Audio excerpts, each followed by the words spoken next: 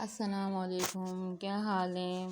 मैं फरजाना तनवी आप लोगों के साथ। और कैसे हैं आप सब लोग। अल्हम्दुलिल्लाह मैं ठीक ठाक और मेरा बेटा और मेरे बच्चे भी ठीक है। मैं सुबह सवेरे उठ गया था आज, ये रात में बल्कि उठ गया था 4 बजे। फिर इसने जो है वो खेलना कूदना शुरू कर दिया। फिर 6 बजे के बाद सोया, फिर 8 बजे उठा है, फिर अभी तक सोया नहीं, बस खेल रहा है। काम शाम तो जी अल्हम्दुलिल्लाह से मैंने कर दिया है। तो बस फिर थोड़े कपड़े वपड़े लपेटने थे, तो कुछ पड़े हुए हैं, कुछ लपेटने हैं, कुछ करने हैं।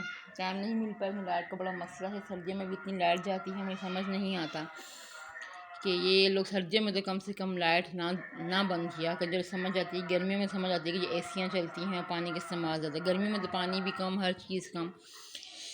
तो इसके बावजूद भी इतनी लोड शेडिंग है। ये देखें अभी तक मेरा पंखा जो है वो बंद है, क्योंकि जो है वो लाइट नहीं है। और नेट का भी इशू होता है, नेट का भी नहीं होता। फिर वही मसला है कि जी बंदा बात भी नहीं कर सकता। वीडियो बना लेती हूँ, फिर एडिटिंग करना, फिर उसको करना, फिर वो बहुत मुश्किल हो जाता है मेरे लिए। तो वो जो सुबह से मैं करती हूँ शाम हो जाती है, वो अपलोड होते होते रात हो जाती है, फिर वो होती ही नहीं है। खैर, क्या हुआ, आगे वहाँ बैठा हुआ तब इधर आ गया। इसको कोई बस काम नहीं। जब कमरा समेटती हूँ तो फिर ये कमरा ख़राब करके लग जाता है। चलिए जी, मैंने कहा अपनी अगली स्टोरी सुना देती हूँ कि आगे क्या हुआ। चले जी, आधा आधा करके जो है वो हम लोगों ने किसी ना किसी तरह, हम लोग मैं यहाँ वापस आ गई। और फिर वापस आने के बाद जी हुआ ये कि काफ़ी अर्सा गुजर गया, 2 साल हो गए, बात शात कुछ भी नहीं हुई हम लोगों की। तो बोला भी, लेकिन उन्होंने कहा नहीं हम नहीं देंगे। हम भी चुप होकर बैठ गए कि हमारे यहाँ पर मैं पहले ही वजाहत कर चुकी हूँ, ये रिवाज नहीं है कि ना तो इतनी डिमांड रखी जाती है लड़की के तरफ से, ना लड़की की तरफ से, ना ही जो है वो इतना कुछ कहा जाता है कि जी आप करें या ना करें। खैर 2 साल गुजर गए। इत्तेफाक की बात यह है कि मेरी जो है वो 2017 की बात है ये, मतलब 3-4 साल में बैठी रही, जॉब करती रही। मैं भी रिलैक्स हो गई एक तरीके से, ऐसा ऐसा मैं भी अपनी नॉर्मल लाइफ में हो गई। मैं भी भूल गई वक्त के साथ कुछ हुआ था अपनी ज़िंदगी में। आगे चली गई। जाहिर सी बात है, बंदा अगर पिछली बातों को याद करते करते बैठ जाएगा तो फिर ज़िंदगी जो है वो आगे गुजारना थोड़ा सा मुश्किल हो जाता है। एक किसी और इंसान के सब कुछ भूलना पड़ता है। अगर ना भूले तो फिर बंदा आगे सर्वाइव नहीं कर सकता। भूल उसी को लेके बैठता है तो मेंटली तो फिर डिस्टर्ब रहता है। मैंने भी बस अल्लाह के हवाले किया, कहा कि खैर है, औरों की भी होती तो मेरी भी होगी, तो क्या कर सकते हैं, नसीब में लिखा था। खैर तलाक तो उस वक्त नहीं हुई थी। अच्छा, फिर 2017 में दुआएं करती रही कि अल्लाह पाक कोई ज़रिया बनाए, कोई ज़रिया बनाए, ऐसा बनाए कि मेरे इसी तरीके से इस यहाँ से मैं क्लियर हो जाऊँ। क्योंकि यहाँ से क्लियर होगी तो फिर मैं आगे कुछ कर पाऊँगी।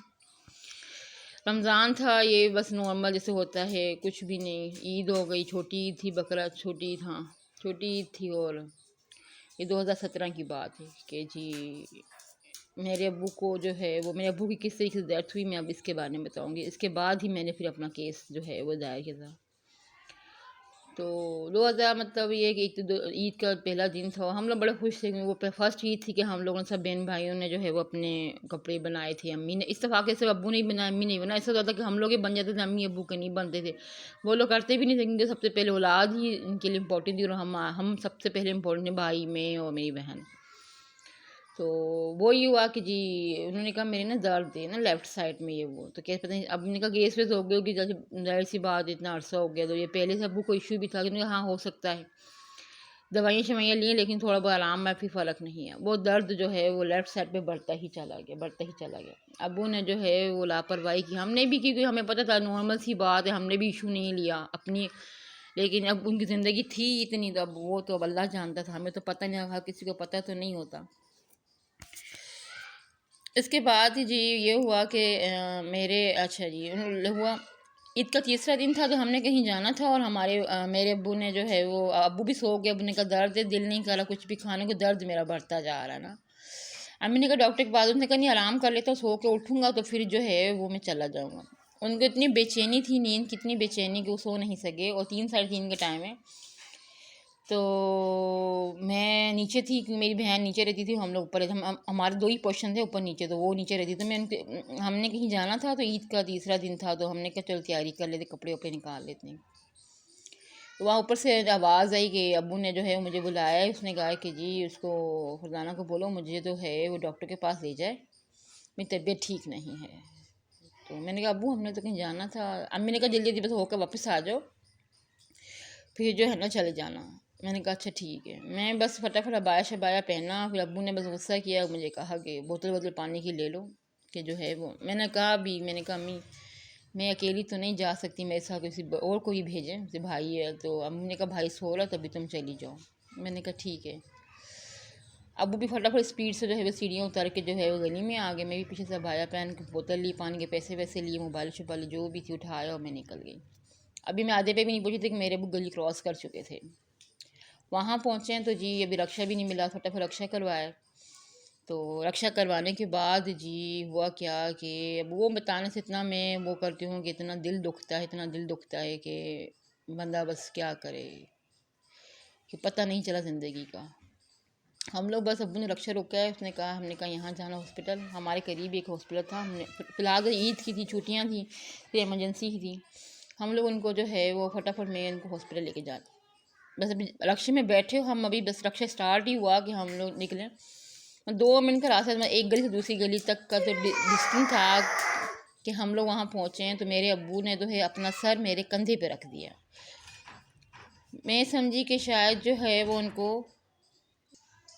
वहाँ से, मैं उनको जो है बस मैं कंधे पे उन्होंने सर रखे मेरे, और मैं बस मैंने कहा शायद उनको तकलीफ़ ज़्यादा है। मैंने कहा जी अब्बू जी। अच्छा उनका उनका जो जो नज़रें थी ना मेरी तरफ देखने की, मुझे समझ ही नहीं आया कि उनको क्या हुआ है, क्योंकि ज़ाहिर सी बात मेरे अब्बू माशाल्लाह से हेल्दी थे और बहुत लंबे कद वाले थे। तो मैं इतनी, तो पता है औरत ज़ात तो इतनी ताकतवर नहीं होती, और ना ही उसमें इतनी ताकत होती है कि जी वो। बस मैं हम लोग यहाँ से बस इधर पहुँचे हैं, बस इतने से ही हमने मतलब डिस्टेंस हमने समझेंगे मैंने लिया है, जितना मेरे घर से मेरे कमरे, किचन से मेरे कमरे तक का था, इतना ही हमने लिया। मेरे अबू जो है वो मुझे देखते देखते सीट से नीचे गिर गए। अजीब सी उनकी कंडीशन थी, मैं देखती रह गई। रक्षा वाला मुझे देख, मैंने कहा भाई इनको देखें क्या हुआ है ना। मैं चीखती रही, देखे देखे कोई है हेल्प करने वाला। मैंने कहा मेरे भाई को कोई बुला दे। तो अब उस वक्त इतनी कंडीशन बुरी हालत थी, इतनी बुरी हालत थी कि मुझे समझ ही नहीं आया कि मैं अब वापस घर चली जाऊँ उठाकर, या मैं इनको हॉस्पिटल लेके जाऊँ। फ़ोन मेरे पास था, लेकिन इमरजेंसी में मुझे समझ ही नहीं आई कि मैं हक्का बक्का हो गई कि मैं इनको किस तरीके से जो है वो मैं हैंडल करूं। मैं काफ़ी दफ़ा मैंने कोशिश की, फिर नंबर जो हाथ भी इतने कांप रहे थे कि डर के मारे कि अब मैं क्या करूं ना। वो मुझे अभी भी बताते हुए इतना इतना इतना इतना अजीब सा फील हो रहा है, इतना अजीब सा फील हो रहा है। फिर हम लोग, जब मैं फटाफट, मैंने कहा भाई कुछ भी ना करें आप फटाफट इमरजेंसी में मतलब हम 2-5 मिनट वहाँ रुके, फटाफट पानी पिलाया। तो वो उस वक्त मेरे ख्याल में वो ज़िंदा नहीं रहे, मतलब 2 सेकंड नहीं हुए और उनकी मौत मेरे कंधे मेरे हाथों में हो गई। मैंने उनको इस तरीके से, जैसे मैं बता, जब बच्चे को पकड़ते हैं इस तरीके से उनको पकड़ा हुआ था कि मैंने कहा जी अबू जी अबू जी अबू जी। मैं अबू जी के गाल पे ऐसे थपकियाँ देती रही कि शायद उनको होश आ जाए। जहाँ मैंने कहा शायद बेहोश हो गए, मुझे तो पता खैर उस वक्त भी नहीं चला था। बस लोग मुझे देख रहे थे कि ये किस तरीके से बंदे को उठा के लेके जा रही है। मैंने कहा भाई जल्दी करें, जितना जल्दी हो सके आपसे स्पीड पकड़ें। फटाफट हम लोग इमरजेंसी में वहाँ पहुँचे हैं, जो है वो बस व्हील चेयर पे उनको बिठाया है, क्योंकि हमें लगा कि शायद ये नॉर्मल, उनको बस एक इमरजेंसी में अंदर रूम में लेके गए। मैंने बस इतना, मेरे फ़ोन घुमाई, मैंने 2-3 बार अम्मी को फ़ोन भी किया इमरजेंसी में गाड़ी में बैठ के भी कि अम्मी को उठाएं, लेकिन इत्तेफाक के बाद उस वक्त अम्मी अपने कामों में बिजी होगी, भाई सो रहा था, बहन अपने नीचे बच्चों के साथ ले गई, तो किसी को फ़ोन की आवाज़ ही नहीं आई। हम कहते हैं ना कि बस एक इशारा ही काफ़ी होता है। मैंने काफ़ी कोशिश की, एक दफ़ा मैंने कहा बस एक दफ़ा उठा के, हाँ क्या हुआ। मैंने कहा अम्मी अब्बू को कुछ हो गया है, किसी को भेजें, बस इतने किए। और मैंने कहा क्या हुआ, मैंने कहा बस भेजें, मैं इतना टाइम नहीं है कि मैं अब उनको डिटेलें बताती या मैं उनको कुछ करती। बस फिर यहाँ तक तो मैं बड़ी मुश्किल से जो है वो पहुँची। इसके बाद जी बंदा अब क्या बोले, बस दुख जो है ना वो बस 2 मिनट का साइलेंट होना चाहिए, बंदा नहीं बता सकता, और सोच सोच के दुख होता है। फिर इसके बाद फटाफट में बस जो है वो जब डॉक्टर ने उनको चेक किया, उनकी हार्ट बीट चेक की, उनको पूरा मुआयना किया, तो मुझे डॉक्टर ने बस इतना कहा कि मुश्किल है। मैंने कहा मुश्किल है मतलब क्या, मतलब बताएं मुझे ऐसा क्या हो गया। उसने कहा मुश्किल है ये ज़िंदा रहें, शायद ये ज़िंदा नहीं है यहाँ। मैंने कहा ऐसा कैसे हो सकता है, अभी तो 2 मिनट में मेरे साथ इधर आए। कह रहे नहीं, आप फिर भी उनको जो है वो जिना हॉस्पिटल ले जाएं। जिना अभी तो हुए 2 सेकंड नहीं हुए, तो कह रहे नहीं आप इनको जिना ले जाएं, फिर भी वहाँ चेकअप करें। जब तक ये 10 से 15 मिनट हुआ, मेरे भाई और मेरी बहन यहाँ पहुँच गए। मैं समझ ही नहीं आई, मैं मेन गेट से बाहर निकल के ज़मीन पे बैठ गई और उन्हें लग गई। आप ही बहन आई, मैंने फटाफट अपने भाई को गले लगाया, आप ही बहन को। मैंने कहा, कह रहे नहीं रहे। कह रहे क्या? मैंने कहा हाँ। वो कह रहे नहीं रहे। अल्लाह जी, इतना देर हमारे पैरों तले ज़मीन खिंच गई, क्योंकि हमारा अब्बू ही हमारे लिए सबसे बड़ा सहारा था, जो अब नहीं रहे।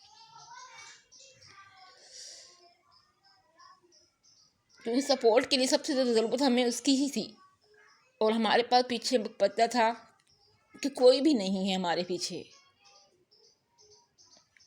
जो हमारी हेल्प कर सकता है। हमारे आगे पीछे हम लोग ही थे। बंदा फिर क्या बताए आगे।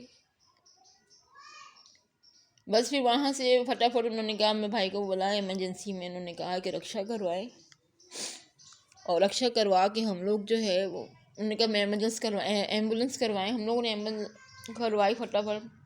मेरी बहन यहाँ से वापस घर चली गई। मैं और मेरे भाई हम लोग जो है वो इमरजेंसी में वो बस भाई बाइक पे, हम लोग इमरजेंसी में वहाँ पहुँचे हैं। रक्षा कर मतलब वो एम्बुलेंस की आवाज़ वो अभी तक मेरे कानों में गूंजती है, और मैं बता नहीं सकती। इंशाल्लाह कल बताऊंगी कि आगे क्या हुआ। अल्लाह हाफिज़।